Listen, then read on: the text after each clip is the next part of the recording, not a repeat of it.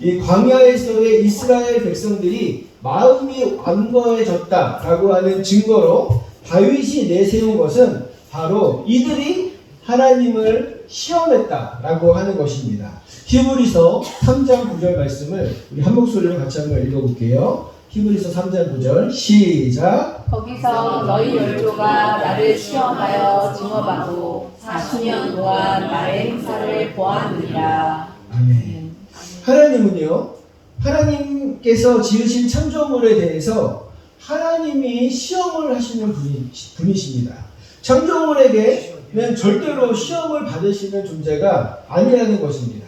하나님이 광야에서 이스라엘 백성들에게 어려움을 허락하신 것은요, 이들을 시험하심으로써 하나님의 백성으로서 더욱 성장하기를 바라시는 마음에 이들에게 하나님을 이 사건들을 통해서 시험합니다. 이들이 하나님을 시험하는 방법은요, 불평과 원망이라는 것이었습니다. 물이 없다고 불평합니다. 식량이 떨어졌다고 불평합니다. 고기가 먹고 싶다고 불평을 합니다. 차라리 과거에 애굽에서 살아갈 때가 더 좋았다라고 다시 돌아가자라고 이렇게 불평을 하면서 하나님의 자존심을 건드리고 있는 것입니다. 결국 하나님은요, 이스라엘 백성들을 향해서 분노하십니다. 하나님께서는요, 모세를 향해서 이스라엘 백성이 10번이나 나를 시험했다라고 이렇게 분노하시는데, 민수기 14장 22절 23절 말씀을 같이 한번 읽어볼게요. 시작. 내 영광과 애국과 광야에서 행한 내 이적을 보고서도 이같이 10번이나 나를 시험하고 내 목소리를 청종하지 아니한 그 사람들은 내가 그들의 조상들에게 맹세한 땅을 결단코 보지 못할 것이요, 또 나를 멸시하는 사람은 한 사람도 그것을 보지 못하리라. 아멘. 그러니까 성경 기자는요, 하나님께 불순종하고 또 하나님 뜻을 불평하고 불만했던 것들을 하나님을 시험하는 행위다라고 이렇게 이야기를 하고 있는 것입니다. 이스라엘 백성들이 불평과 원망으로 하나님을 이렇게 시험했던 이유가 무엇이겠습니까? 그것은요, 하나님은 신실하셔서 하나님의 명령에 순종하여 광야를 행진하는 이스라엘 모든 백성을 하나님께서 책임지실 것이라고 하는 그런 확고한 믿음이 없었기 때문에 그렇습니다. 이스라엘 백성들은요, 하나님이 어떤 분이신지를 아직까지도 잘 알지 못했습니다. 하나님께서는요, 이스라엘 백성들 앞에서 10가지의 재앙을 내리시고 또 홍해를 가르시고 또 구름기둥 불기둥으로 인도하시고 사막에서 물을 내시고 만나와 메추라기로 먹이시는 이런 놀라운 일들을 이미 백성들에게 수없이 베풀어 주셨지만, 이스라엘 백성들은요, 새롭게 만나는 어려운 문제 앞에 하나님을 향한 신뢰를 무너뜨리고 있는 것입니다. 그리고 마치 한 번도 하나님의 능력을 경험하지 못한 사람들처럼 모든 것을 망각해 버리거든 또 그 문제 앞에 하나님을 원망하고 하나님께 불평하는 그런 모습들을 늘어내놓고 있었던 것입니다. 이러한 이스라엘 백성들의 모습은요, 바로 1세기에 살았던 성도들의 모습과도 동일하다라고 생각이 듭니다. 예수님께서 십자가를 통해서 죽으심을 통해서 백성들에게 큰 구원을 허락해 주셨습니다.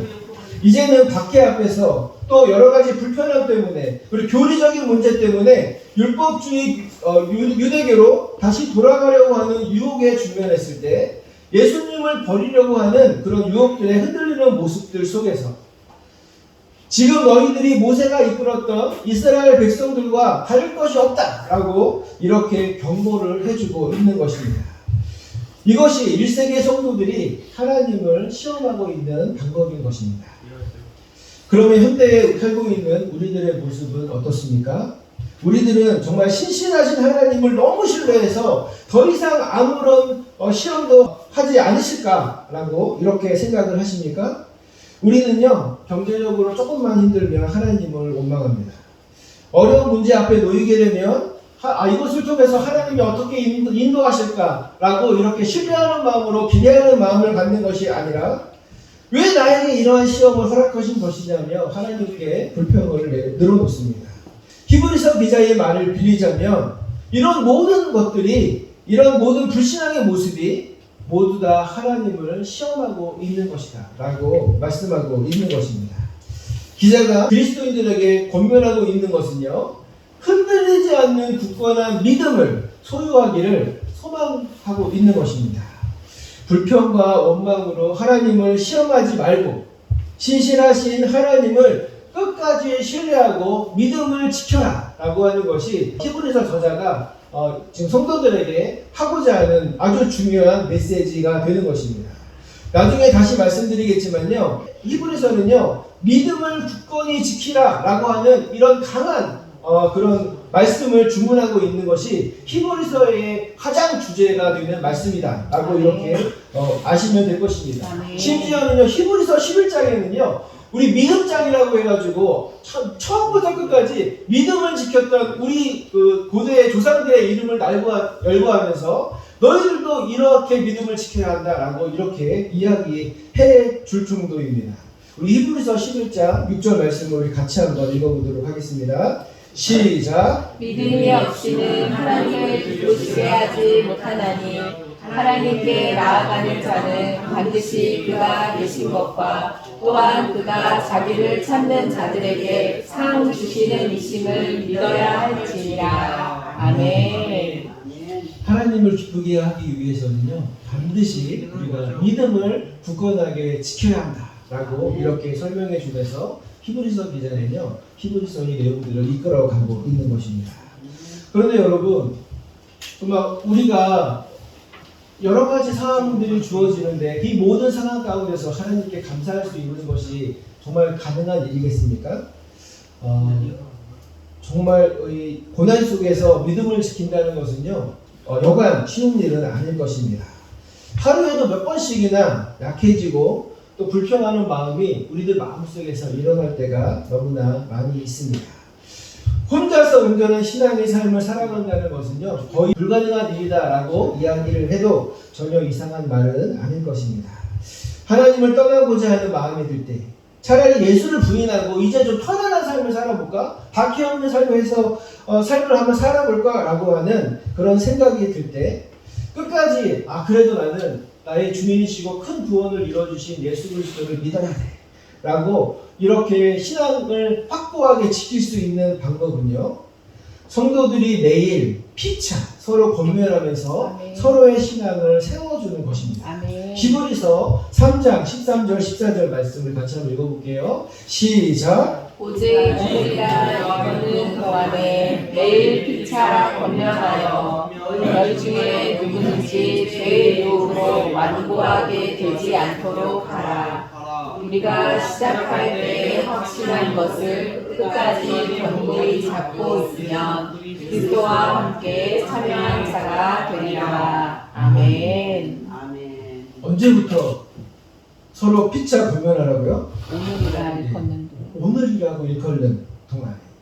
내일부터 해야지, 내년부터 해야지, 내가 앞으로는 내가 열심히 해야지 라고 하는 것이 아니라 지금 이 시간에 성도들이 함께 모여서 피차 권면하고 예수 그리스도의 사랑을 드러내서 믿음을 확고하게 지키는 일을 바로 오늘 이 시간부터 시작해라 라고 이렇게 이야기를 하는 것입니다. 아멘. 그렇기 때문에 교회라고 하는 공동체는요, 우리들의 신앙을 세우는데 매우 중요한 그런 모임이 되는 것입니다. 아멘. 일주일에 한 번 만나서 교제하는 것만으로는 너무나 부족합니다. 오늘 말씀처럼요, 매일 피차 권면하라 라고 이렇게 말씀하심을 통해서 매일 서로 교제하고 견면함으로써 예수님을 버리고 유대교로 돌아가려고 하는 죄를 범하지 말아라 라고 하는 것이 오늘 히브리서 기자가 그리고 제가 성도 여러분들께 권면해드리는 그런 중요한 주제가 되는 것입니다.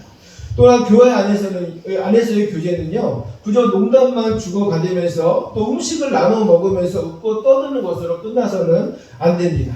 서로의 영적인 상태에 깊은 관심을 가지고 또 성도 서로 간의 그런 어려운 문제들에 대해서 서로 고백을 함을 통해서 서로를 위해서 기도하고 권면해주고 서로 세워가는 그런 모습이 우리 꿈꾸는 교회 안에 그리고 모든 교회 안에 있어야 하는 것입니다. 아멘. 히브리서 10장 24절 25절 지난번에 한번 읽었던 말씀인데요, 너무나 중요한 말씀이니까 우리 같이 한번 읽어볼게요. 시작. 서로 돌아보아 사랑과 선행을 격려하며 모이기를 피하는 어떤 사람들의 습관과 같이 하지 말고 오직 권하여 그 날이 가까움을 볼수록 더욱 그리하자. 아멘. 이제 오늘의 말씀을 이제 마치려고 합니다.